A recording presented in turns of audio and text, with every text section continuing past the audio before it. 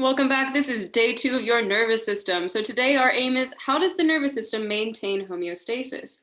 So there are 3 structures we need to know that take place or that are found within the nervous system, okay? And that is our brain, our spinal cord, and our nerve cells. Okay, we can also call these neurons. And today we're trying to figure out, how do those structures maintain a stable internal environment inside our body? Let's find out. But you guys have got 2 do not questions. Go ahead and pause this video, answer those 2 questions, and press play when you are ready to review it. Question number 1. In humans, one function of an interneuron is to relay impulses directly from what?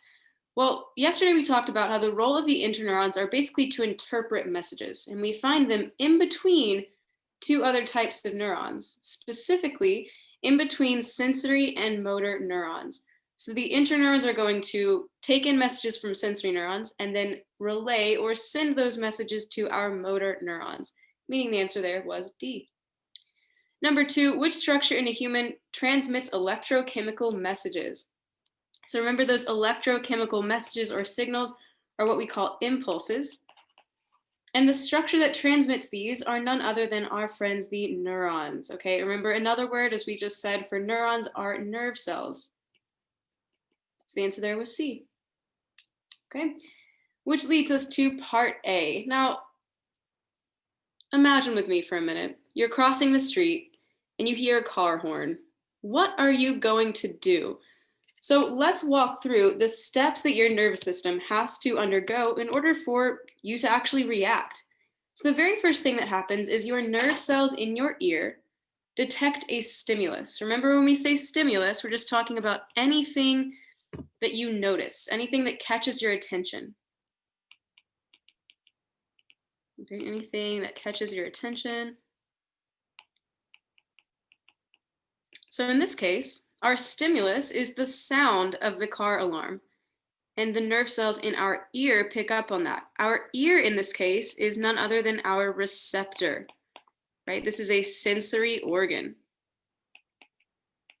Okay, so the very first step that we need to know is the work of the receptor. I'm gonna try writing that in black. Let's see. Wait for it. Oh no, I erased too much. Well, let's try that one more time. All right, sensory organ. One more time. So step 1 involves the work of your receptors. Okay. Step 2, your sensory neurons are then going to carry the sound message to the brain. They're carrying that impulse to your brain, where we find your interneurons. Okay. But step 2 is all about our sensory neurons. They pick up on that stimulus and then they send the message over to your brain and spinal cord. So step 2 is all about your sensory neurons. Okay, and they send that message to the brain. Step 3, the brain is going to interpret that message, specifically the interneurons found within your brain.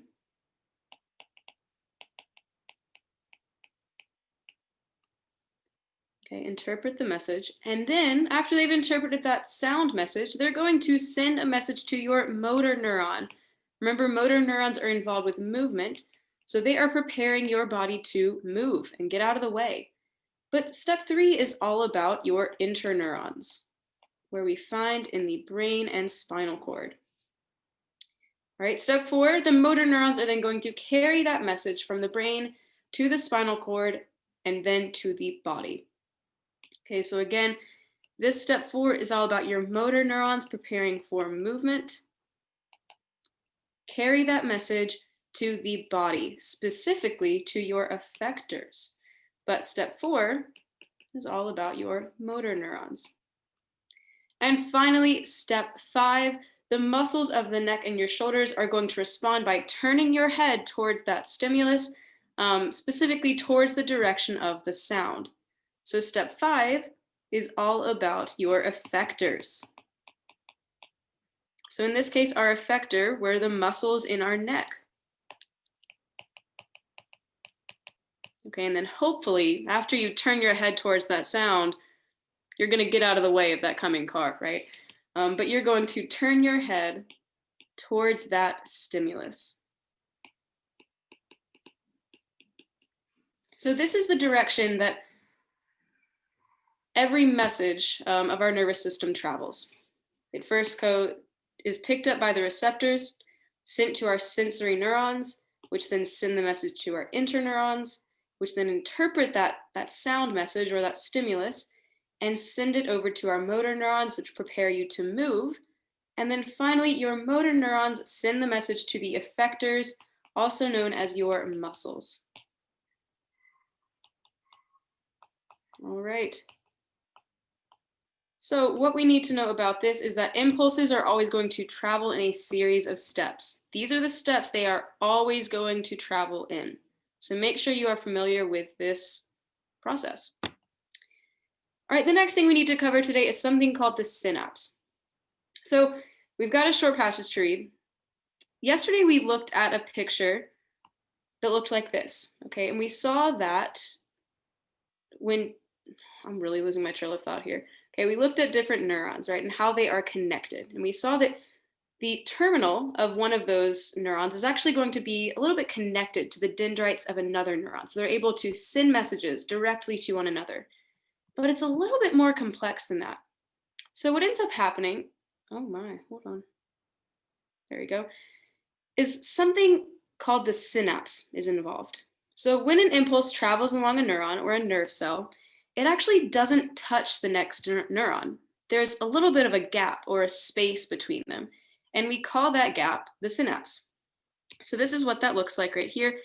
Here you can see that there is a gap in between neuron 1 and neuron 2. But we still have to get impulses from one side to the other. So that is where these things called neurotransmitters come in. So impulses actually have to jump across this space. And impulses can't exactly jump. So what ends up happening are these chemicals released by the axon called neurotransmitters. And here in this picture, these little red dots represent neurotransmitters that are going to jump across from one neuron to the next and continue to carry that impulse. So those neurotransmitters carry the impulse from one neuron to the next in order to allow that impulse to continue to move throughout your neurons and throughout your brain. Okay, so that impulse then continues to travel to the next neuron. This is going to happen again and again and again as long as those neurons need to transmit that message. Okay, so again, these chemicals that are represented are known as neurotransmitters. Now, this process actually looks a lot like Lady Gaga jumping into the stadium in that Super Bowl performance a few years ago, right? So imagine for a minute that Lady Gaga is a neurotransmitter jumping from one neuron to the next to continue to relay that chemical message. Thanks, neurotransmitters. All right, here is another picture of what that looks like. So again, this gap in between two neurons is known as the synapse. Okay, gap between neurons. And in order for that message to continue to move throughout the neurons, those electrotransmitters or neurotransmitters are going to jump across the gap of our neurons. Okay. Finally, the last thing we're going to cover today is something known as a reflex. Now, we mentioned the reflex arc in class today, but I want to get a little bit more specific. So when we're talking about reflex, we're talking about something that's involuntary or automatic. It's something that your body does without you even thinking about it. So today I gave you guys an example. I think I talked about it in most of my classes of when I was a kid, I got really curious and I decided to stick my hand on a burning stove, right? So I walked over to the stove. I saw that there was a flame going. It wasn't quite that flamey, but that looks nice. I saw that there was something cooking on top of it, and I said, hey, this looks pretty cool. Let's touch it. And it was my reflex to automatically pull my hand back once I noticed that it was hot. I didn't really have to think about it. I was a kid. I didn't know what I was doing. But I knew, it was ingrained within me that I needed to pull my hand away from that hot stimulus. So reflexes are something that you do without even thinking about it. Your body just does it automatically. Okay, so I've got another example here. You don't decide to move your hand when you've just touched a prickly plant like a cactus. You just move it automatically. And there are several types of these reflexes throughout our body. We're actually born with most of these reflexes. We don't have to learn them. Here's another example. So when you go to the doctor, sometimes they might do something called a patellar reflex test. And your patella is your knee. So they might take a little hammer and actually bang that hammer up against your knee. Now it doesn't hurt. I think it's made out of like a rubber material. But as you're sitting at the end of a table, your leg is going to automatically kick up, like you see right here. That is a reflex. You didn't decide to kick your leg. It just does it on its own. You can actually do this right now if you're sitting at home and you want to take your hand and just smack it against your knee, like right in the center. Your knee is just going to kick up on its own. You don't have to think about it. It's a reflex that happens automatically. So I've got a question for you. What is the major missing component in a reflex as opposed to a voluntary action? So a voluntary action is something that you decide to do it. Just like I decide to take a sip of my coffee. I had to look at that coffee, decide if there was coffee inside of it, and then figure out if it was worth doing, which of course it is. That was a voluntary action, as opposed to a reflex that you don't have to think about.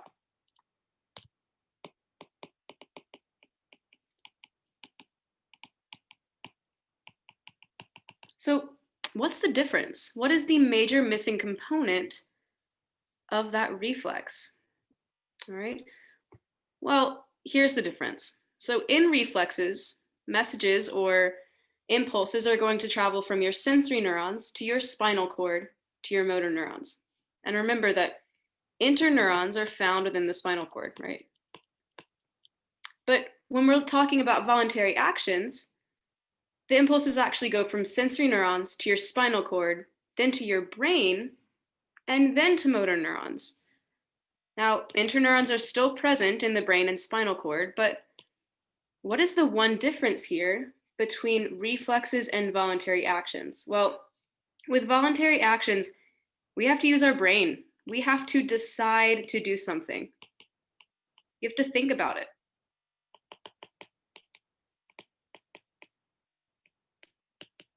I had to think about whether or not I wanted to drink that coffee. I don't have to think about whether or not I want to rip my hand away from a burning stove. There is a difference here between reflexes that just happen automatically and voluntary actions that you actually have to think about. So those voluntary actions send the message to your brain where you think about it before doing it. Okay, that is all I have for you guys today. So go ahead and use that information to complete your exit ticket. And once you are done with that, press submit on these notes and have a wonderful weekend. I'll see you guys on Monday.